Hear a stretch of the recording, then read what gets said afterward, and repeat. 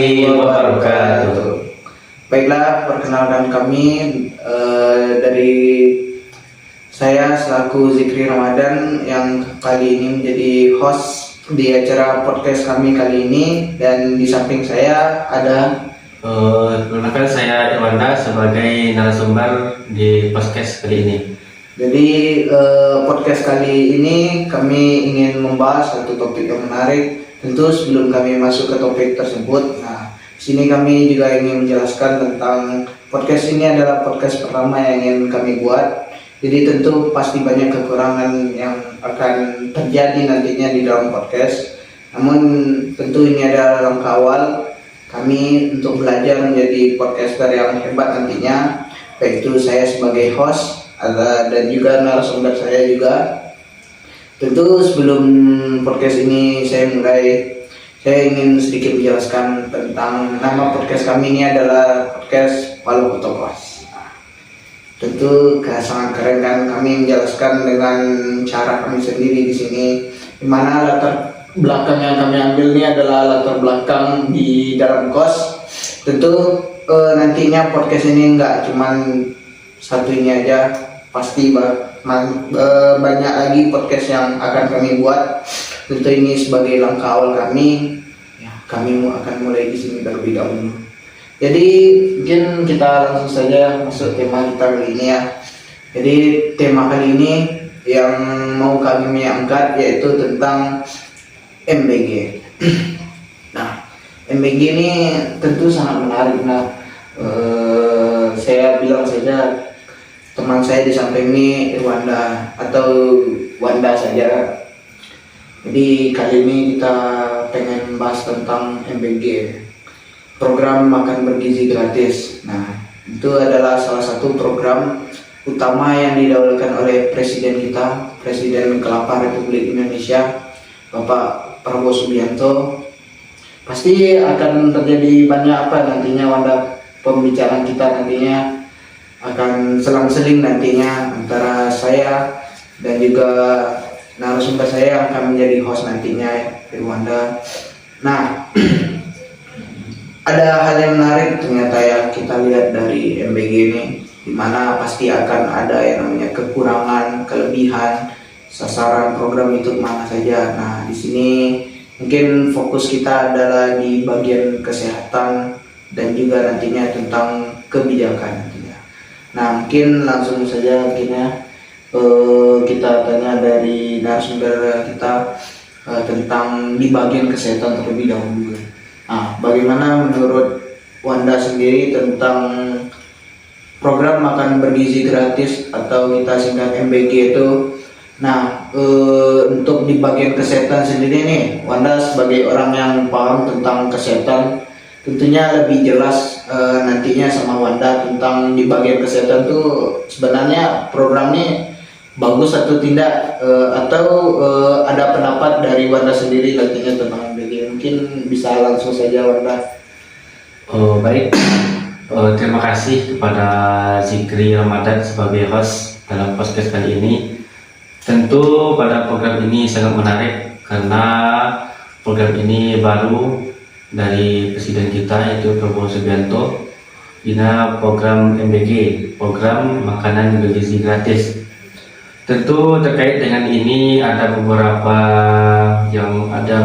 poin penting yang akan kita bahas. Itu yang pertama dari segi teorinya, yang kedua dari data yang terjadi di lapangan, yang ketiga masalah yang terjadi di belakangan hari ini, dan juga tentu kita akan memberi solusi terkait masalah yang terjadi pada program makanan bergizi gratis tersebut.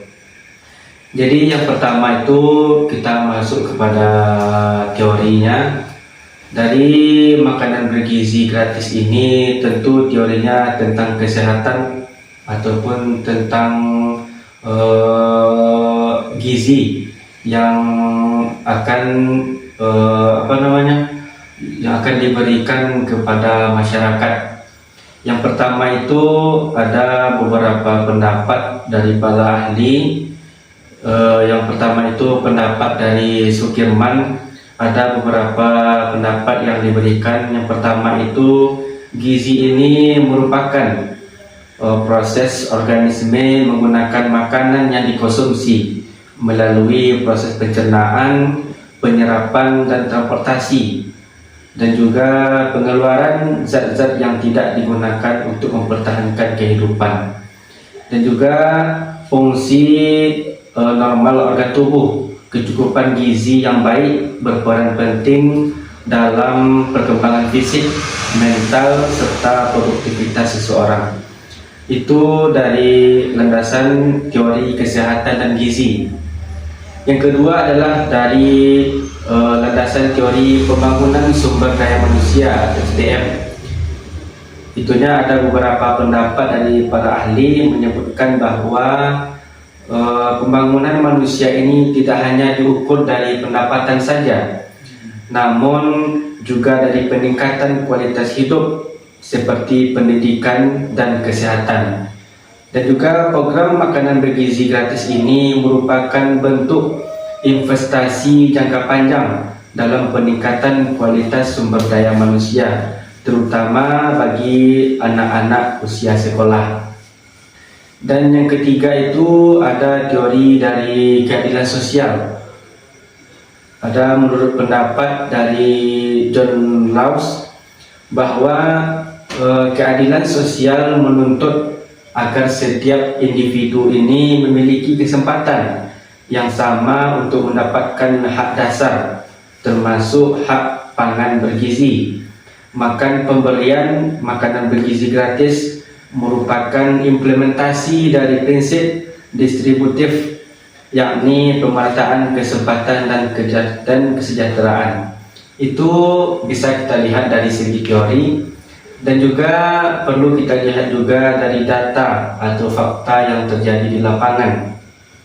Menurut data nasional berdasarkan Rikers tahun 2023 Kementerian Kesehatan Republik Indonesia, bahwa prevalensi stunting di Indonesia ini masih sekitar 21%, jauh dari target yang sebenarnya.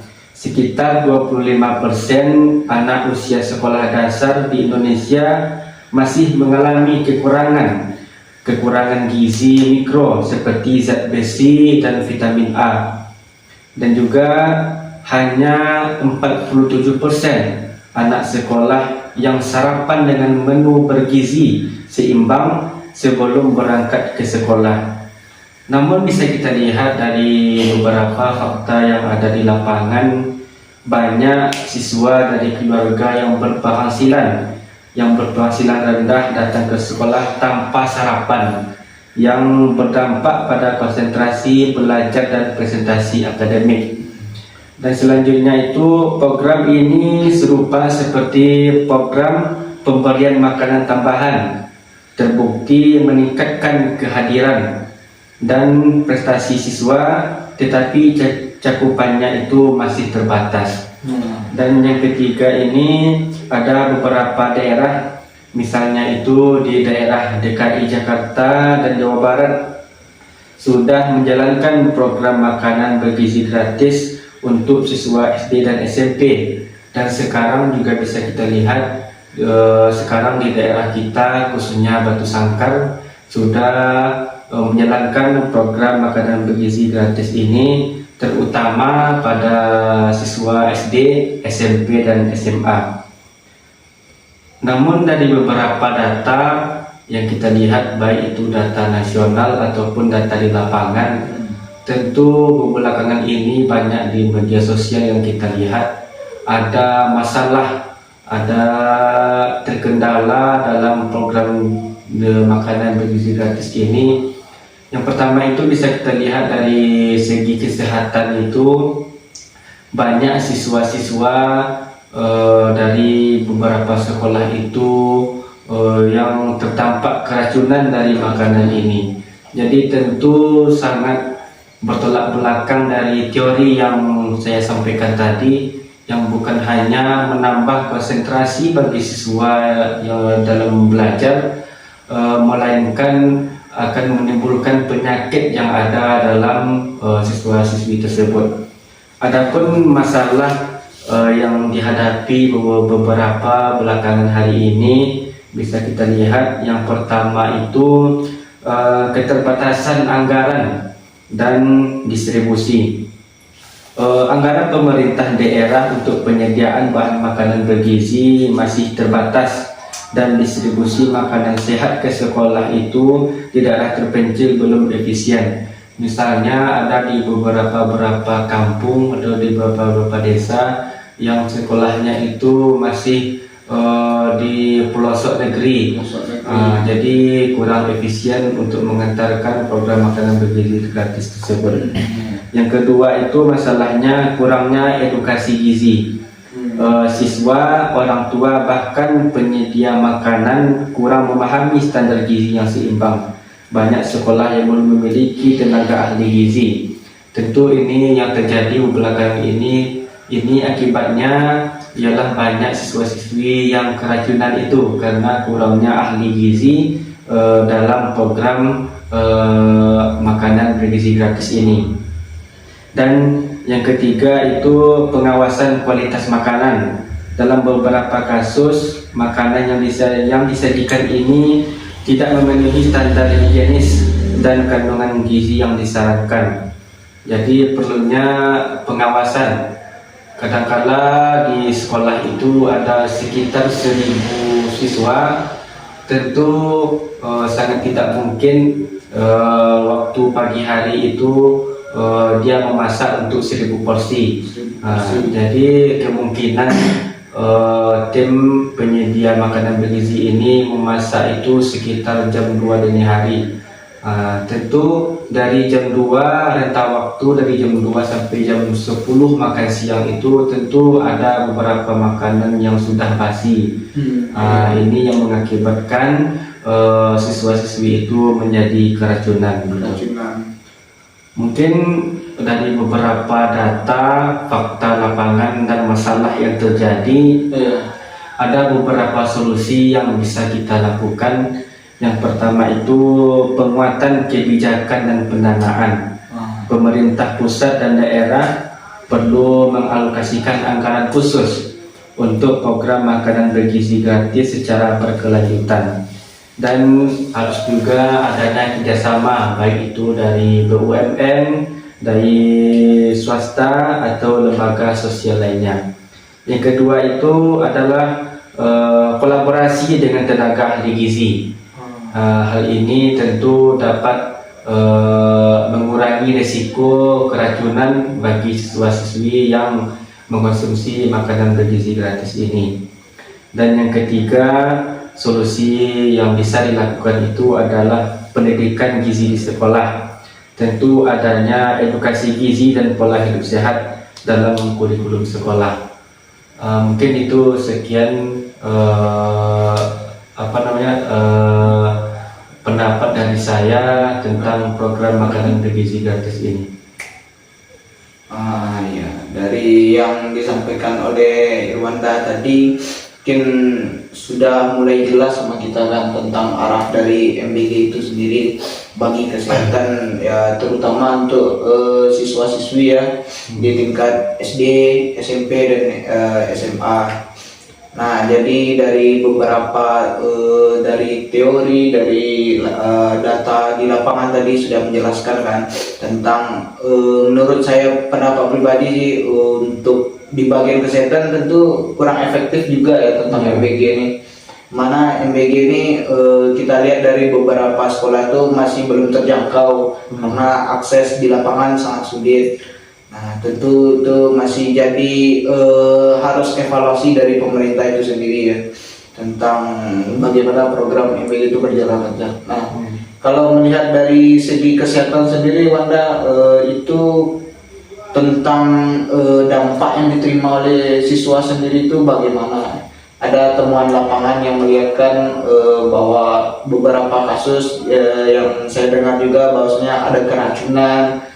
Nah, itu tuh memang data lapangan yang didapatkan langsung atau bagaimana? Oke, terkait tentang keracunan siswa-siswi ini banyak yang terjadi ya. Tentu data di lapangan banyak kita lihat di media-media sosial. banyak siswa-siswi yang keracunan. Dan belakangan ini ada berita di media sosial itu di sekolah yang ada di Padang Panjang itu juga mengalami keracunan. Itu yang terjadi di lapangan. Berarti kan itu tidak jauh daerahnya dari daerah kita, bisa dibilang tetangga juga bagi kita kan. Jadi takutnya program yang dibuat nih juga nyasar juga kita di Tanah Datar. Nah, ini itu jadi ketakutan kita ya untuk daerah-daerah, terutama di daerah Tanah Datar ini sendiri. Nah, dari temuan lapangan tadi kan masih banyak tuh tentang dampak yang diakibatkan oleh MBG, itu ada beberapa yang keracunan. Nah, kita masih belum tahu lagi nih data dari daerah-daerah lain itu entah sama juga dengan kasus yang terjadi di Padang Panjang sendiri.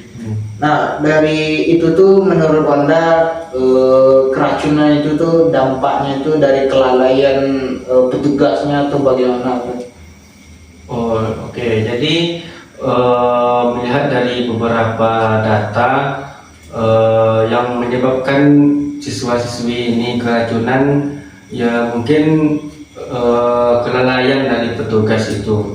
Ya, seperti yang saya sampaikan tadi, nggak mungkin dari pukul 7 pagi itu bisa menyiapkan 1000 porsi makanan bagi siswa yang ada di sekolah gitu. Jadi kemungkinan tim dari makanan bergizi gratis ini menyiapkan makanan itu sekitar pukul 3, pukul 2 dini hari. Tentu rentang waktu dari pukul 3 dini hari sampai jam makan siang itu tentu cukup lama. Dan ada beberapa makanan yang tidak tahan dari beberapa jangka waktu. Tentu itu mengakibatkan makanan itu basi, dan yang mengakibatkan itu menjadi siswa-siswinya keracunan. Keracunan. Jadi kita lihat dari beberapa data di lapangan sendiri sudah menyebutkan tentang apa kan, berarti ya mungkin kelalaian dari petugas itu sendiri tentang mungkin porsi-porsi dari makanan itu sendiri yang sampai membuat petugas itu sulit untuk apa kan, kayak membedakan, mungkin karena porsinya banyak tuh jadi asal-asalan masuk aja, jadi itu yang membuat apa. Nah, mungkin ini ada pertanyaan tuh dari netizen sendiri yang ingin bertanya tentang podcast yang kita sebutkan nih. Nah, tentu pertanyaan itu sudah disiapkan dari Jawari, karena kami sudah membuka kolom komentar dari Jawari. Nah, mungkin bisa kita lanjut dulu ya, Wanda. Jadi ini ada dari netizen sendiri yang ingin bertanya nih mengenai podcast kita kali ini, yaitu pertanyaan dari netizen sendiri adalah yaitu tentang tujuan utama dari MBG itu sendiri. Nah, menurut Wanda sendiri tentang tujuan dari dibuatnya program makan bergizi gratis ini, menurut Wanda sendiri apa? Oh, baik, tentu ini pertanyaan yang sangat menarik. Tentu dari beberapa program ini tentu memiliki tujuan. Jadi tujuan utama dari program makanan bergizi gratis ini itu adalah program makanan bergizi gratis adalah untuk meningkatkan status gizi dan kesehatan masyarakat, terutama bagi anak-anak usia sekolah SD atau sekolah dasar, sehingga mereka dapat tumbuh dan belajar secara optimal. Program ini juga bertujuan untuk mengurangi angka stunting, anemia, dan kekurangan gizi yang masih tinggi di Indonesia. Mungkin itu tujuan utama dari program makanan bergizi gratis ini. Makanan bergizi gratis. Mungkin itu sekilas jawaban dari saya, dan juga terkait dengan tema podcast kita kali ini, yaitunya ada dua tadi ya. Yang pertama itu terkait dari segi kesehatan, dan yang kedua dari segi kebijakan. Tentu supaya lebih menarik pembahasan kita kali ini, tentu saya akan memberikan feedback kepada Zikri terkait kebijakan dari program makanan bergizi gratis ini. Jadi bagaimana pendapat Zikri terkait kebijakan yang ada di Indonesia terkait program makanan bergizi gratis kali ini? Gratis kali ini ya. Kalau menurut saya lihat sendiri, tentunya dari program MBG sendiri di bagian kebijakannya. Kalau bagi saya sendiri sih Wanda, tentang kebijakan yang membuat di Indonesia nih MBG ini menurut saya itu masih belum jelas lagi. Karena apa saya bilang belum jelas? Ya, sasaran yang disebutkan oleh Wanda tadi itu belum tepat juga lagi di bagian kesehatan, kan tentang kesehatan siswa itu bagaimana, juga banyak keracunan. Nah, itu kan kita juga sama-sama tahu tentang MBG itu adalah program yang dibuat oleh Presiden Prabowo, di mana itu tuh sudah di dalam kampanye Bapak Prabowo sendiri yang sudah bilang tentang hal utama yang ingin dilakukan oleh Presiden Prabowo sendiri itu adalah tentang program makan bergizi gratis. Nah, kalau dari segi kebijakan sendiri itu pasti mengacu pada kebijakan yang ada di negara-negara maju sendiri, Nah, di mana negara-negara maju itu memang program yang dibuatnya adalah program MBG sebagai sasaran utama kepada pendidikan, gitu kan.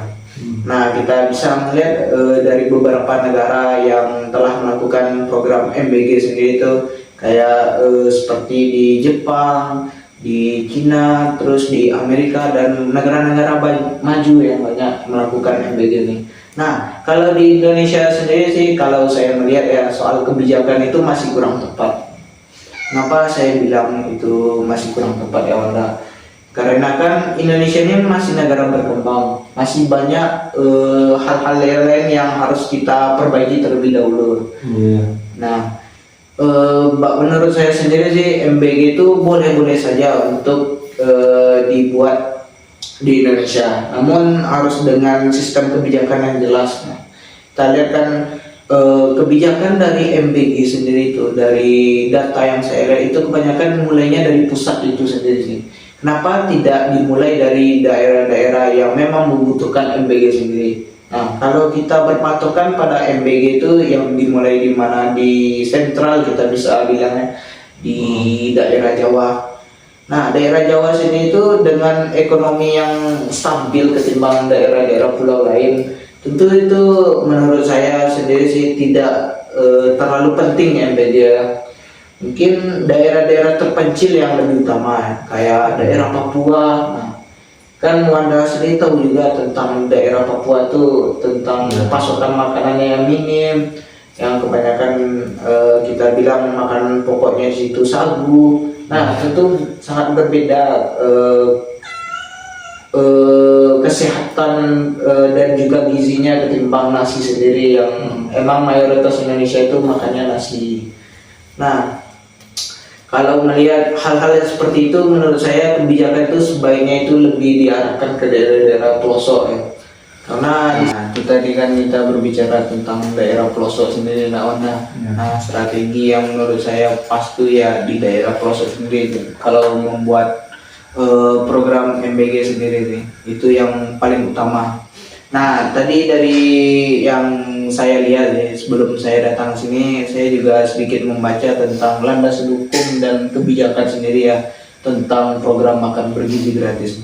Nah, dari yang saya lihat di mana itu mengacu sendiri ya pada hukum yang ada di negara kita, di mana Undang-Undang Dasar 1945 dalam pasal 28H ayat 1 yang tentang hak setiap orang untuk hidup sejahtera dan memperoleh pelayanan kesehatan. Nah, dan juga ada dalam undang-undang yang telah direvisi oleh pemerintah kita sendiri, yaitu terdapat dalam Undang-Undang Nomor 36 Tahun 2009 tentang kesehatan dan penekanan pentingnya gizi seimbang, dan juga di dalam Undang-Undang Nomor 20 Tahun 2019 tentang Sistem Pendidikan Nasional yang menyebutkan bahwa pendidikan yang bertujuan mengembangkan potensi peserta didik secara optimal. Nah, itu menjadi landasan hukum sendiri Wanda. Nah, menurut Wanda sendiri dari kebijakan yang saya sampaikan tadi itu udah strategis atau belum?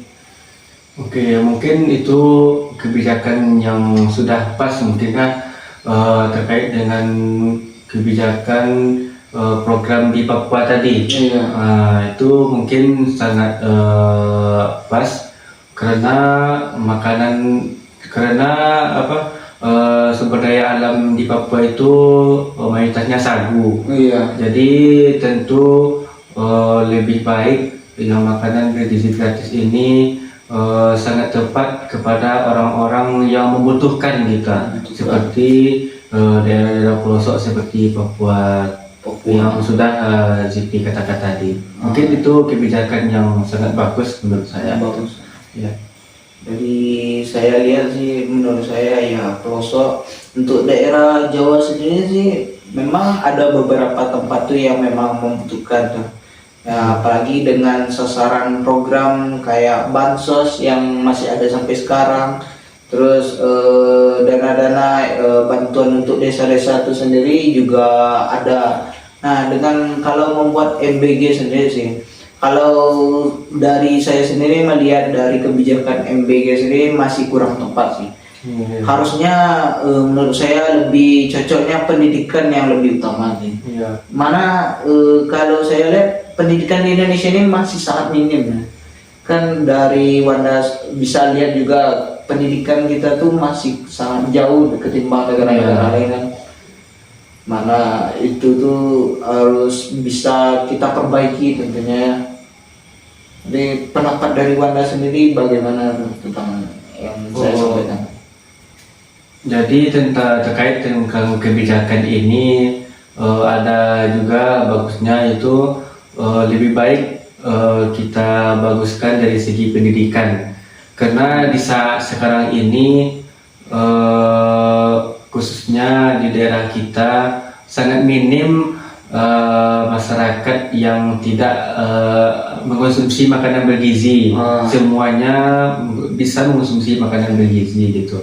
Tapi dari segi pendidikan ini cukup dipentingkan kebijakannya gitu. Iya, jadi itu pendidikan tuh jauh sangat penting ya. Memang kita fokus aja di MBG ya. Dan kalau saya lihat ya tentang MBG ini isi dari makanan itu sendiri itu banyak yang tidak jelas juga beberapa kasus yang saya lihat.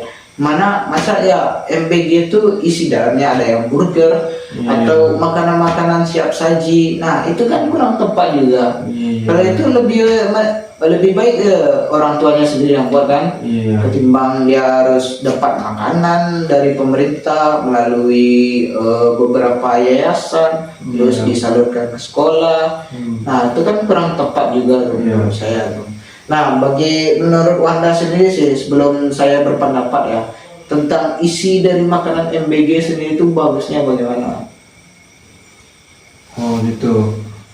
Mungkin menurut saya pendapat tentang makanan ini banyak kita lihat ya dari media sosial, hanya diberikan seperti burger ya, makanan cepat saji. Jadi secara logikanya saja tidak hanya di program makanan bergizi gratis ini anak-anak ataupun siswa-siswi sudah biasa memakan burger itu gitu. Sudah biasa, bahkan bisa dia membeli lebih mahal dari burger itu. Tetapi ketika adanya makanan bergizi gratis, kenapa hanya itu yang diberikan? Iya, betul. Nah, kalau pendapat saya sendiri sih, kalau emang program MBG ini dilanjutkan, alangkah lebih baiknya tuh fokusnya tuh adalah dari daerah itu sendiri sih, supaya anak-anak generasi selanjutnya itu tahu dengan ternyata ini makanan khas daerah kami. Nah, sepatutnya kami menghargai dan supaya melestarikan makanan makanan-makanan daerah itu sendiri sih. Ada makanan lokal ya? Lokal. Nah, kayak beberapa kan dari daerah sendiri, terutama kan kayak di Minangkabau itu kan kayak rendang, terus masih ada makanan-makanan lain tuh yang jadi pokok yang mungkin bisa divariasikan, tapi tidak menghilangkan apa yang menjadi ciri khas daerah itu sendiri sih. Dan juga tidak menghilangkan dari program gitu ya, dan menghilangkan gizinya gitu. Kan. Nah itu kan sesuatu langkah yang kalau saya lihat dari sisi kebijakan itu sendiri, itu menurut saya, dari pendapat saya itu sudah tepat. Nah harusnya yang dilakukan pemerintah juga begitu nantinya. Nah, mungkin dari segi kesehatannya mungkin apa yang pengen Irwanda sampaikan nantinya, kebetulan kita lagi podcast kan. Nah pesan-pesan apa sih yang menurut Anda yang ingin disampaikan dari segi kesehatan itu sendiri? Baik, mungkin sebelum saya menyampaikan pesan terkait dengan program makanan bergizi gratis ini, terkait dengan kebijakan yang Zikri katakan tadi, ada beberapa pertanyaan. Pertanyaan tentang kebijakan ini.